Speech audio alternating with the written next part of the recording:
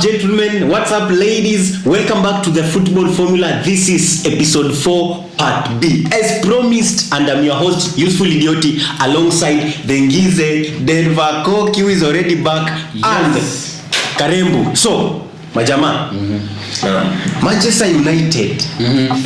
Manchester United, the biggest club in England. The most talked about club in England. What used to be the biggest club? No, the biggest club in England. We are still making it. Because there is something you did in the first part of episode 4 that really wowed us. Ulitutumia mtu alituara sana hapa. Ulituma Obienje ndio Obienje. Na Obianga kila siku muende gym. Hamtaki kwenda gym. Ona vile Obienje alikuwa na wagonga hapa na. Sasa unatutumia juu unaenda gym ya sauti kweli. Obienje umesikia? Anyway, big up Obienje. Nilikuwa nimemtuma kuja awaambie shida za United. Vile tu tumekuwa tukibanja, nilienda pale kit mikae kidogo niombe club yani. Similiona jana. But is it not funny that the god of Manchester United lives in Seme? In Seme. Seme is a sacred land. That is the only village in Kenya yenye iko na Champions League winner, Oscar Award winner, the most learned governor, iko na tarmac road, my friend. Hadi Manchester United sasa na all time Kenya international top scorer Dennis Oliech anatoka Seme. My friend, lakini na hata mjasema mimi bro, sijauza hata CV yangu bado. What? Imefika hapo. Najua mko mnajua Seme. Yani, hiyo sasa unajua ndio sasa nimeona so it was a game. So Denver ni kama ulicheza the family hapa. Ukatutumia Obienje akatubuli. Wewe ukaenda ukaombea team. Ndio. Team ikaperform jana against Liverpool. Na nitarudi anytime soon tukirudi hiyo zone. This is very serious. Sasa ukishapatana Kiwete ushine. What? Wewe ulishine na Kiwete wajali mimi. Alafu unaumia. It will be ironical. Iko hizo maombi zili act against Liverpool. Alafu upate Southampton ina nini? Southampton anakula 9-0. Na sikubahatisha. Let me ask you something. Apart from people saying that Arsenal wako na kiburi, nisamee nikisema hivyo. Mbona umsamee? Na nimesema namuomba nisamee nikisema hivyo. Unafikiria watu wa Manchester wana hiyo kiburi because it was just one win. Kila moja peke yake. One win against, and the whole world is in a chaotic space. One win against a poor Liverpool as a runner up to European champions. A poor Liverpool. One win against number 2 last season. One win against winner versus Premier League champion 3 weeks ago. Kuna kitu moja inanishangaza na siku hizi unacheki you can't compare kila team kwa ligi imecheza 3 games true. Sisi tuko na maximum points. We stand head and shoulders above the rest but yetu wanasema it is only after 3 games. Sijui zao wamecheza ngapi after an equivalent of 3. It doesn't matter mmecheza games ngapi. Ligi ilianza jana. Ligi ilianza kitambo though. No, ligi ilianza jana. Ligi ilishaisha kweli. Ligi ya Manchester ilianza jana. Kila mtu ilianza jana. Sisi ndio we dictate when the league begins. We dictate. What? Guys, have you heard that? Manchester United fans. Mmesikia hiyo? Kumbe nyinyi ndio mna dictate the whole league. Kabisa. Game week 3. Na si uongo. Mara ya mwisho kushinda ligi ilikuwa Casemiro. Lakini ona vile mmeingiza hapa. Nimepata sauti sana. Ingiza jembe. analeta vikongo. Huyu jamaa alisign 35 year old na nabanja. Huyu jamaa ana perform. What? Niambie ni na Casemiro hapo Premier League ana perform kuliko Casemiro. Saliba ni Casemiro ameshine game. Casemiro alikuwa man of the match last week Super Cup UEFA. Tell me another thing. So akikuja maneno Manchester United. Si mmesema ana perform. The Red Devils. Shida ni So let me say at the beginning, Yeah. at the beginning of the season, the first two game weeks. It's only pre-season. Umeita pre-season to you guys? Pre-season. Or ama tuseme mlikuwa Extend. watu walikuwa Shaona vile unaendanga watu walikuwa na anointing fulani yenye sasa the Red Devils have summoned their demons. Tumewaita meeting. Ile kitu Bena anaitanga mito. exercising the demons. We've exercised them all. So unamaanisha from We are now distilled water. So you mean now from game week 4 we are going to see the devils themselves, the Red Devils. You are not ready. Cheki, shida hii renaissance ya Manchester inakuja wakati hata teams zimeshateka kona. Imagine talking about taking a corner at the third game week. 6 points clear. Unafikiria Arsenal itarelinquishio lead lini? And then game week 35 tunangangania kuingia top 4 wote. The irony, man. Karemu, what do you have to say about Manchester United? What does sema He has nothing to say, especially after the battering by Leeds. No wonder leo amekaa but you have something to say.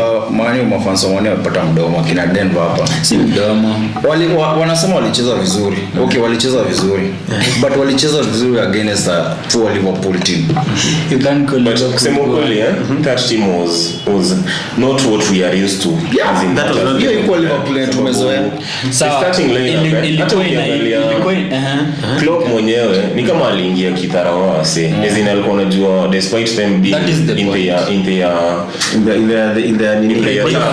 the tough, alikuwa anaona tu asemi ni wakulima tu naenda kupiga na whatever squad I use. So kasi ulicheki kuanzisha hata msee kama Fabinho, alafu naweza sema hata alirecall Firmino a bit earlier. Unaget. So aliingia pale na ile mentality too. I'm just going to play against a team that is in very poor form. Na hiyo ilikuwa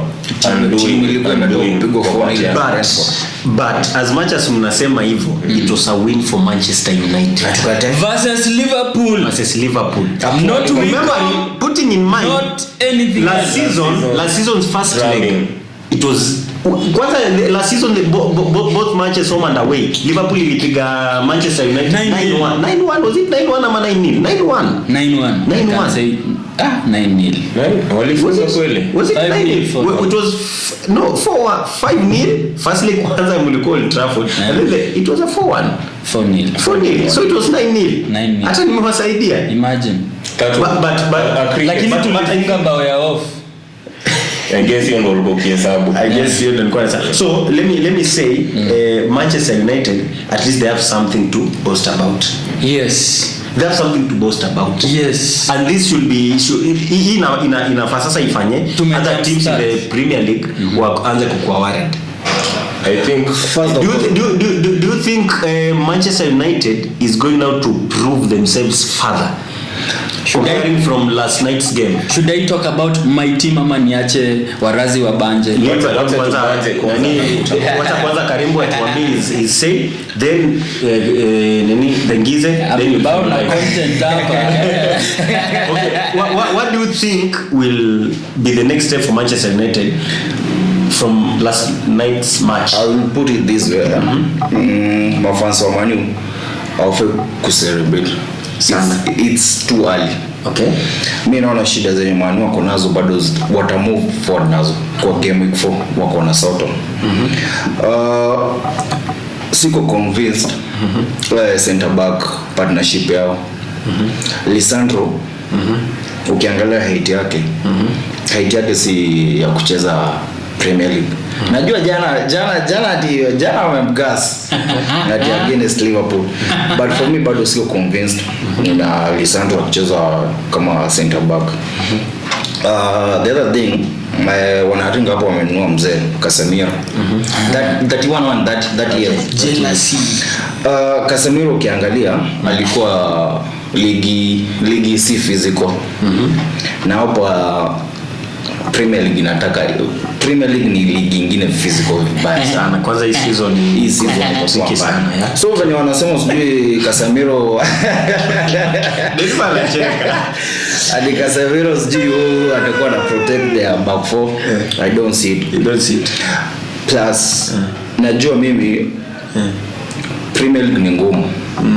Going forward games takuwa mingi. Itazidi kuwa mingi. Ngoja mwani kwanza wanacheza domestic pekee ama wako na European football?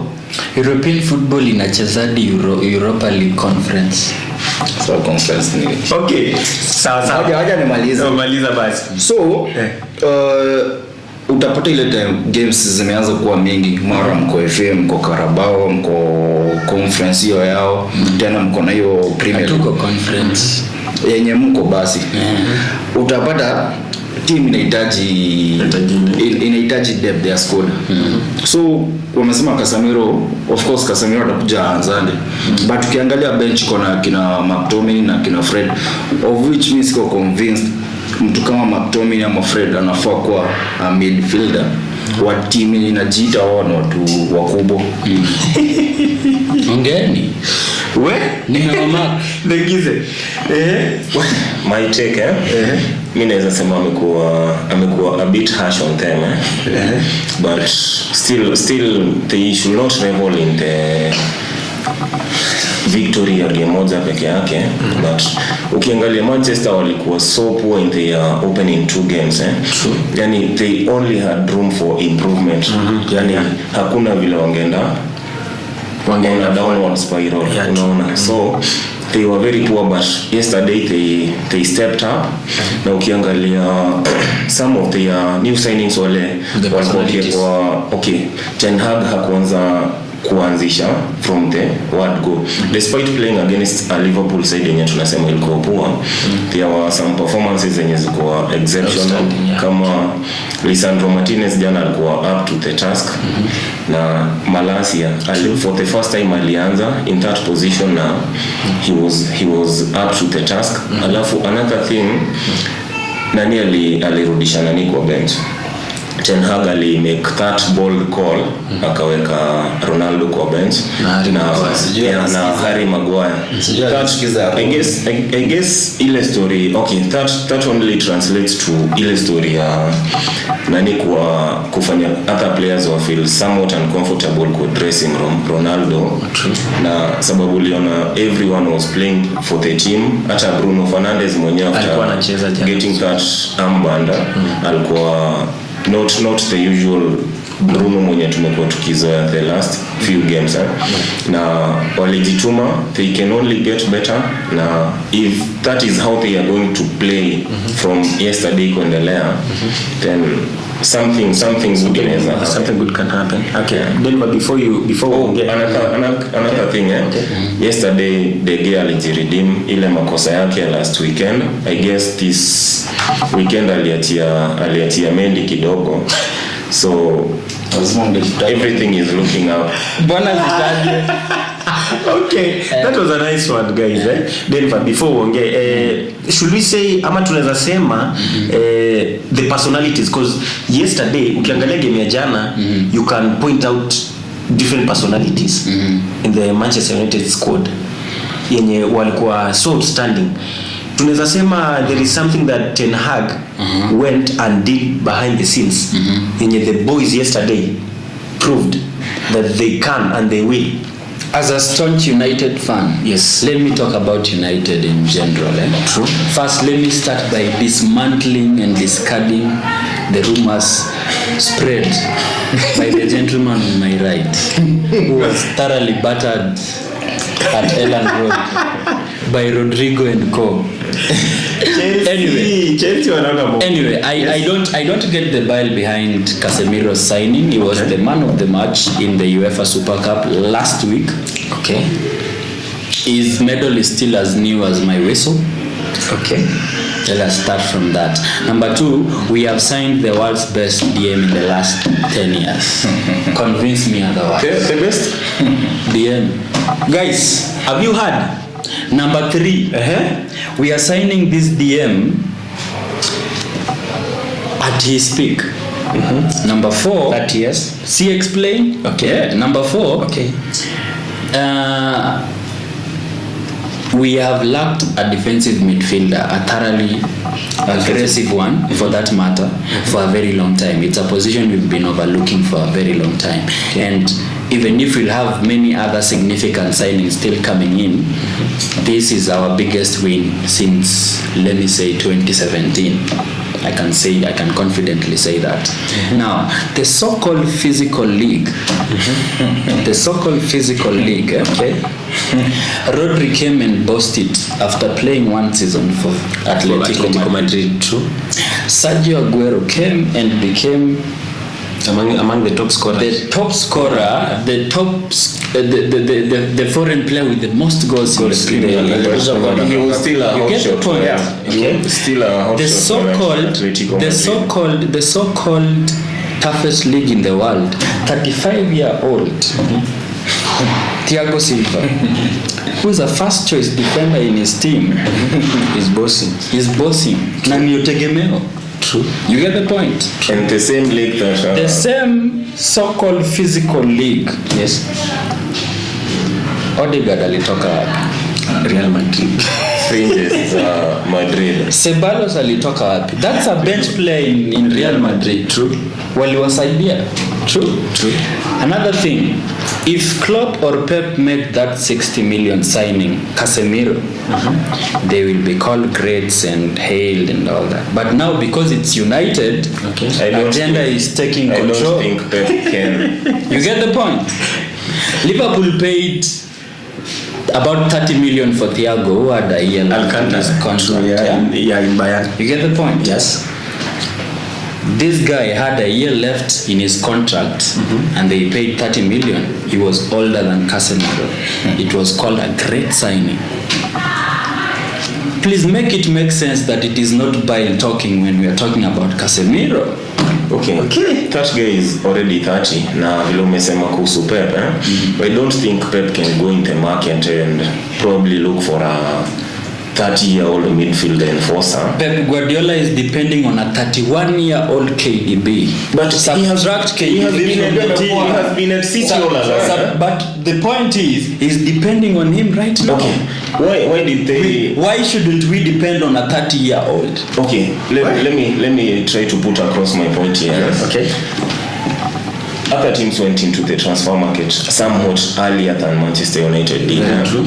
And after the so poor performances by United in the first two games, I think it's a kind of a trolley dash for the United faithful, because after losing 2 games they were just looking out in the market and probably finding anyone who can patch up those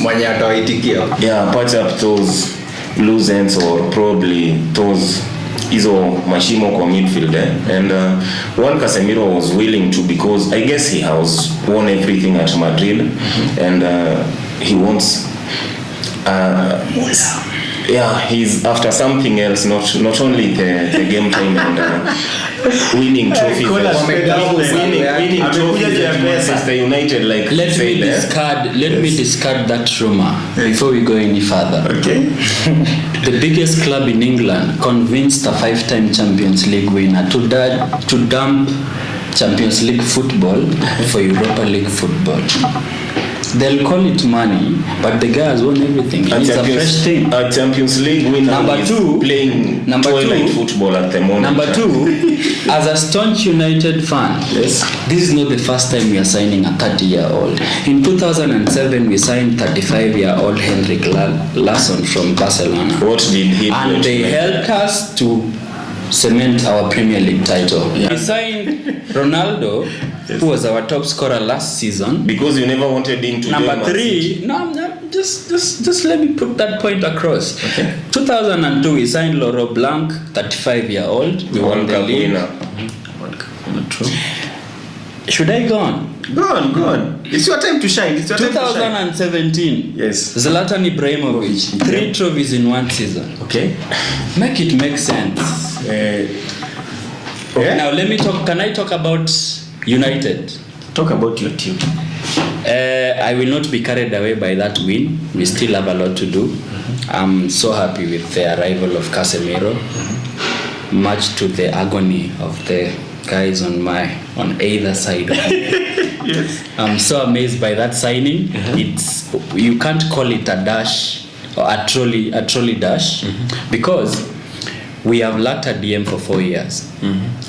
We had a first choice of signing Frankie de Jong, but we all know the saga behind his contract and the signature. Yeah, true. So we needed to look elsewhere for a defensive midfielder. Yeah, true. And we talked to Casemiro, And he accepted. and if you followed Casemiro's interview, he said he knew his time at Madrid was over post the Champions League final. Very true. Not yesterday, not over the weekend, not last week. Shh, hold it there. Guys, there is it. That is it. Manchester United at last have a say in the English Premier League. So tell us hapo hivyo kwa comment section. Do you think they are ready, or do you think they will be able to compete amongst other teams? It's only a week's say. Okay, we leave it to the games to decide. It's only game week 3 that has ended. We are moving forward to game week 4. This has been the Football Formula episode 4 part B. I'm your host Useful Idioti alongside Dengize, Denvakoki and Karembu. See you soon in episode 5. Adios.